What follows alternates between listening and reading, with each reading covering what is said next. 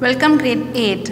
Today we will solve the exercise of unit number 6, page 59. Question is, use dictionary to identify appropriate word definition of the following words.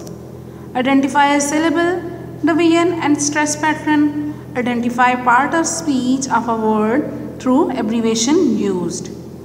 This question is based on the use of dictionary. Here are 3 different tasks that you have to complete by using dictionary. I have told you in my previous lectures how to locate words in dictionary. So it is your task to find the word definition, syllable division and stress pattern.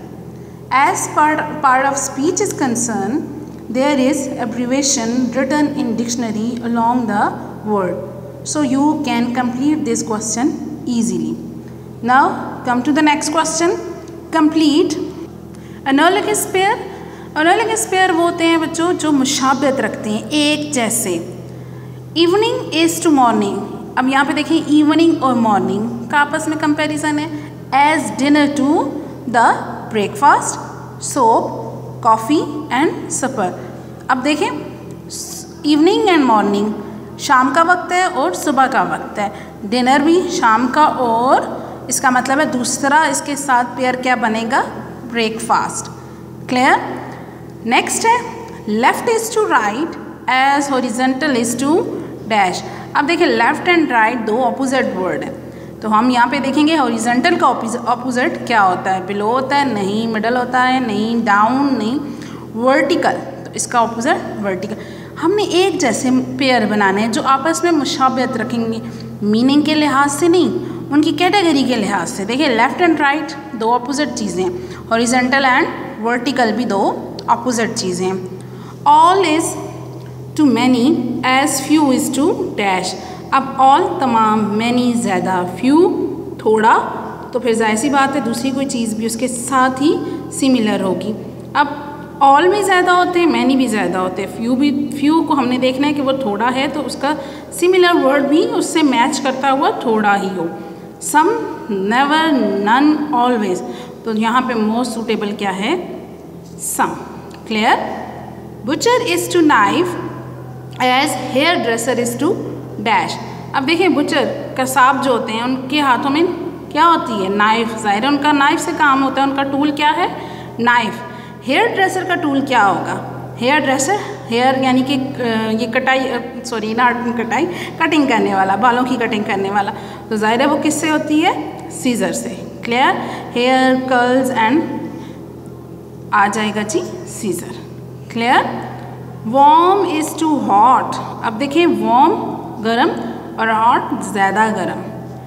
As old is to dash. Old बूढ़ा, तो जाहिर सी बात है इससे ज़्यादा बूढ़े की बात होगी ओल्डेस्ट की. क्लियर. आई होप कि आपको ये सारा क्लियर हो गया हो. नेक्स्ट पेज पे चलते हैं. पेज 60 में देखें बच्चों ग्रामर पोर्शन. ग्रामर पोर्शन में है regular and irregular verbs. Verbs क्या होते हैं, एक्शन वर्ड्स, यानी कि जिनमें हम एक्शन कर रहे होते हैं उनको हम कहते हैं वर्ब. अब वर्ब में आगे कैटेगरी है रेगुलर की और इरेगुलर की. नाम से ही जाहिर हो रहा है कि रेगुलर में कोई बाकायदगी होगी और इरेगुलर में जो है वो बेकायदगी नहीं होगी. बाकायदगी नहीं होगी, बेकायदगी होगी. ठीक है. अब दोनों का डिफरेंस क्या है. डिफरेंस ये है बच्चों कि रेगुलर एक रेगुलर वर्ब जो है वो रेगुलर पैटर्न फॉलो करता है. या तो वो अपने साथ ईडी लेता है या डी. कब, जब उसकी सेकंड और थर्ड फॉर्म ऑफ वर्ब बनाई जाती है, यानी कि पास्ट और पास्ट पार्टिसिपल फॉर्म जब बनाई जाती है. लेकिन इरेगुलर एक रेगुलर पैटर्न फॉलो नहीं करते, उनमें डिफरेंट होते हैं हमेशा. यानी कि उसकी सेकंड फॉर्म यानी कि पास्ट फॉर्म प्रेजेंट फॉर्म यानी कि फर्स्ट फॉर्म से डिफरेंट होगी. Same is the case with past participle form, जैसे हम अपनी हरफ आम में थर्ड फॉर्म कहते हैं. क्लियर. आप इसको भी रीड कर लें. नेक्स्ट पेज पे चलते हैं. पेज 61. यहाँ पे आपके पास टेबल है एक.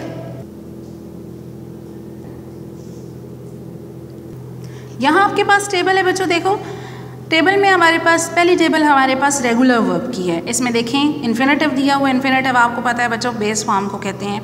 Base form two two plus base form को कहते हैं। तो यहाँ पे देखिए, और बेस फॉर्म क्या होती है, वो सिंपलेस्ट फॉर्म होती है, उसके साथ S, E S, E D वगैरह किसी चीज़ का इजाफा नहीं होता। तो टू के बाद बेस फॉर्म यूज़ हो रही होती है, टू लाफ, टू स्टार्ट। अब देखिए सिंपल प्रेजेंट में देखें, लाफ, अब start, wash, wink and jump. यहाँ पे एस और ई एस क्यों लगे हुए हैं? कुछ वर्ड्स के साथ एस और कुछ के साथ ई एस लगे हुए हैं। तो बच्चों वो इसलिए लगे हुए हैं कि थर्ड पर्सन सिंगुलर के साथ जब हम इनका सिंपल प्रेजेंट फॉर्म का इस्तेमाल करते हैं तो हम उसके साथ या तो एस या ई एस का इजाफा करते हैं। और एस किसके साथ यूज़ होता है और ई एस किसके साथ यूज़ होता है, ये आपको काफ़ी दफ़ा बता चुकी हूँ मैं, ठीक है। अब सिंपल पास्ट में देखें, ये रेगुलर पैटर्न फॉलो कर रहे हैं, सिंपली ई डी का इजाफा हो गया साथ। Laugh, laughed, start, started, wash, washed, wink, winked, jump, jumped. Clear. Next है पास्ट पार्टिसिपल। वो देखें आप यहाँ पे बच्चों गौर करें आप, सिंपल पास्ट और पास्ट पार्टिसिपल दोनों फॉर्म्स क्या हैं, सेम है, इसलिए हम इनको रेगुलर वर्ब भी कहते हैं कि ये एक रेगुलर पैटर्न फॉलो करते हैं। इनके साथ बस ई डी का इजाफा हो जाता है। थर्ड फॉर्म को हम पास्ट पार्टिसिपल फॉर्म कहते हैं। अब फोर्थ फॉर्म देखें, प्रेजेंट पार्टिसिपल। प्रेजेंट पार्टिसिपल में क्या होता है, उसमें सिर्फ और सिर्फ आई का इजाफा हो जाता है। Laughing, starting, washing, winking and jumping. अब नेक्स्ट में आए इरेगुलर वर्ब में। इरेगुलर वर्ब में ये होता है कि वो कंसिस्टेंट पैटर्न फॉलो नहीं करते, उसकी सेकंड फॉर्म, उसकी थर्ड फॉर्म टोटली डिफरेंट होती हैं। क्लियर। वो आपस में तो मैच कर सकती हैं लेकिन उसकी फर्स्ट फॉर्म से डिफरेंट होती हैं, ठीक है। अब यानी कि इसमें एक रेगुलर पैटर्न ई डी और डी वाला नहीं होता, वो डिपेंड कर रहा होता है उस वर्ब पे। अब देखें इसका भी इन्फिनेटिव दिया हुआ है, टू प्लस बेस फॉर्म। फिर सिंपल प्रेजेंट देखें, ड्राइव, ड्रोव, ड्रिवन। अब ये देखें कोई खास पैटर्न नहीं है, यहाँ पे इस तरह हो रहा है। नेक्स्ट में देखें फील, फेल्ट, फेल्ट। अब यहाँ पे भी देखें रेगुलर पैटर्न नहीं है क्योंकि यहाँ पे उसकी सेकंड और थर्ड फॉर्म आपस में सेम है लेकिन फर्स्ट फॉर्म डिफरेंट है। फर्स्ट फॉर्म होती ही डिफरेंट है लेकिन एक रेगुलर पैटर्न तो नहीं फॉलो कर रही, ई डी का तो नहीं इजाफा हो रहा, ये टोटली एक नए पैटर्न में, नए वर्ड्स में चेंज हो रही है इसकी सेकंड और थर्ड फॉर्म। नेक्स्ट देखें पुट, पुट, पुट। अब यहाँ भी कोई रूल नहीं है कि आप ई डी लगा के इसका हम सेकंड और थर्ड फॉर्म बना लें। यहाँ पे देखिए इसकी फर्स्ट फॉर्म, सेकंड फॉर्म और थर्ड फॉर्म सेम है। Clear. Swim, swam, swum. Clear. अब डिस्टिंग्विश कैसे करेंगे इनको, रेगुलर और इरेगुलर वर्ब को, तो मैं आपको यहाँ पे ब्रीफली बता देती हूँ बच्चों कि जब हम डिक्शनरी देखते हैं तो रेगुलर वर्ब के लिए हमारे पास सिर्फ एक ही वर्ब गिवन होता है जब आप डिक्शनरी में कोई वर्ब देखते हैं तो। लेकिन जब इरेगुलर वर्ब देखेंगे तो उसकी तीनों फॉर्म नीचे लिखी होंगी, उसके आगे तीनों फॉर्म हमें मिलेंगी, तो ये इसकी पहचान है, ठीक है। अब नेक्स्ट क्वेश्चन देखें, complete each sentence below with the appropriate past participle form of the regular irregular verbs in brackets. यहाँ पे आपके पास ब्रैकेट में जो हैं वो आपको वर्ब्स दिए गए हैं, तो आपने क्या करना है, नेक्स्ट पेज पे भी देखें इसी का अगला ऐसा है, तो आपने बच्चों करना क्या है कि इसमें आपने पास्ट पार्टिसिपल फॉर्म लगानी है।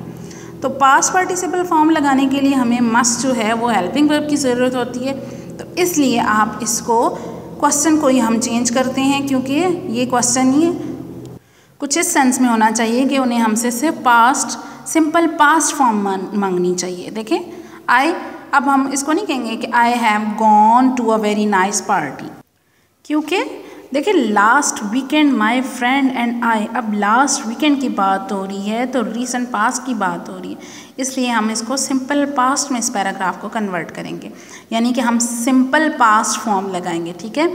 I went to a very nice party, सब में हम अपने second form of verb use करनी है। And my friend bought a very big present and kept it in my car. Then we drove for 2 hours and reached a very big house. It was a very elegant 5-story house, but all the lights were off. We got very confused. Clear बच्चों, यानी अब यहाँ से आगे आप खुद करें कि इसमें आपने सिर्फ और सिर्फ सेकेंड फॉर्म यूज़ करनी है। क्लियर।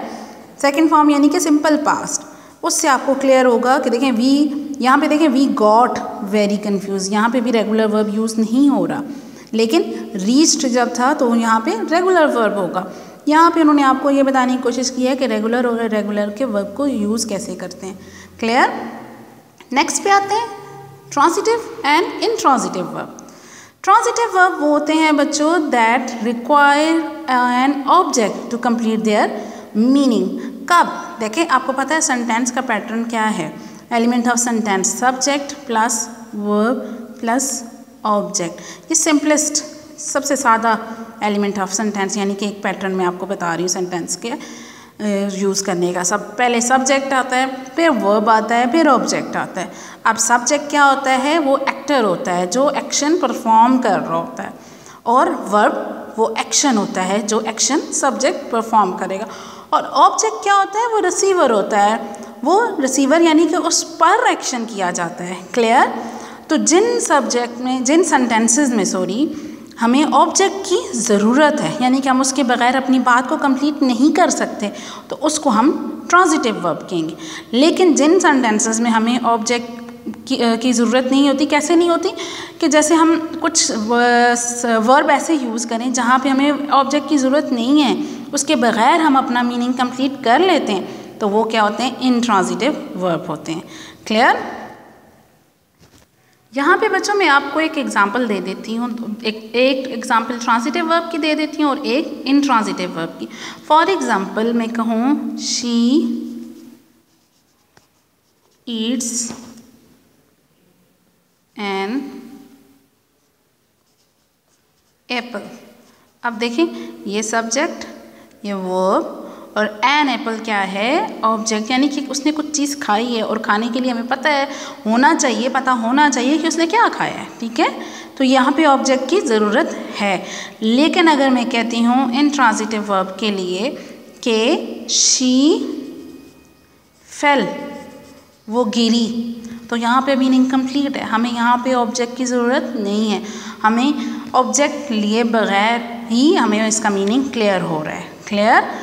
अब देखिए verbs that are transitive and intransitive. कुछ वर्ब्स में बच्चों ये भी होता है कि वो दोनों तरीकों से यूज़ हो सकते हैं, ट्रांजिटिव भी और इंट्रांजिटिव भी। नीचे एग्जाम्पल देखें, एग्जाम्पल में देखें बच्चों आपको क्लियर हो जाएगा। You have grown since I last सा यू। यहाँ देखिए इसके बाद कोई ऑब्जेक्ट नहीं आया, तो इसलिए क्या है? इंट्रांजिटिव। अब इसी ग्रोन वर्ड को हम कैसे यूज़ करते हैं? You have grown a beard since I last सा यू। अब देखें यहाँ पे ये आपके पास ऑब्जेक्ट आ गया, तो इसलिए ये ट्रांजिटिव हो गया। Clear? The plane will take off in 5 minutes. अब इन 5 मिनट्स ये एडवर्बियल है, ये ऑब्जेक्ट नहीं है कि हम कहें कि टेक ऑफ का ऑब्जेक्ट जो है इन 5 मिनट है, नहीं, ये उसका ड्यूरेशन बता रहा है। अब the plane will take off, इसके बाद ऑब्जेक्ट नहीं है, इसलिए ये इंट्रांजिटिव है। Now please take off your shoes. अब देखिए शूज़, कौन सी चीज़ उठाने का कह रहा है? शूज़। तो अब देखें यहाँ पे टेक ऑफ वर्ड ट्रांजिटिव के तौर पे यूज़ हुआ है। यहाँ पे बच्चों कुछ नीचे वर्ड्स दिए गए हैं, उनको हमने सेंटेंसेस में यूज़ करना है और उनको इस तरह यूज़ करना है कि वो ट्रांजिटिव भी एक दफ़ा यूज़ हो और एक दफ़ा इंट्रांजिटिव। ठीक है, इसके इंशाल्लाह मैं नोट्स भी अपलोड कर दूँगी, लेकिन आपने इसको फ़िलहाल खुद सॉल्व करने की कोशिश करनी है। अगर if you have any confusion you can contact me. Okay, अल्लाह हाफिज़।